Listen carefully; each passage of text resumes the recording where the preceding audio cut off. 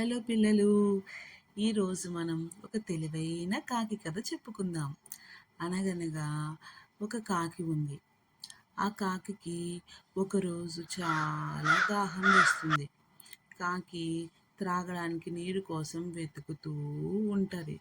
కానీ దానికి దగ్గరలో ఎక్కడా నీళ్లు కనిపించవు. అలా వెతగ్గా వెతగ్గా దానికి ఒక కుండ కనిపిస్తుంది. అది ఆనందంతో కుండ దగ్గరికి వెళ్ళి చూసేసరికి దానిలో నీళ్లు చాలా తక్కువగా ఉంటాయి. నీరు బాగా కిందకు ఉండడంతో పాపం దానికి నీరు త్రాగడానికి వీలు పడదు. అప్పుడు ఆ కాకి ఒక మంచి ఉపాయం ఆలోచిస్తుంది. పక్కనే ఉన్న గులకరాళ్ళను ఒక్కొక్కటిగా తెచ్చి కుండలో వేస్తుంది. ఆ కుండలో అడుగుకున్న నీరు కొంచెం పైకి రావడం గమనిస్తుంది.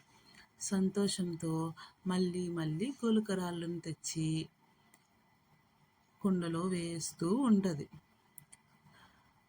కుండలో నీరు పైకి వస్తాయి.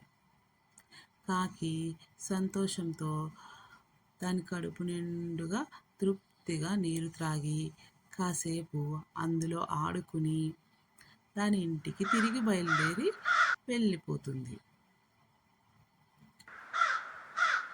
చూసారా పిల్లలు, ఈ కాకి దాని తెలివితో తన దాహాన్ని ఎలా తీర్చుకుందో, అలాగే మనం కూడా మనకి సమస్య వచ్చినప్పుడు నిరాశ చెందకుండా తెలివి మరియు పట్టుదలతో ప్రయత్నిస్తే సమస్యను జయించవచ్చు.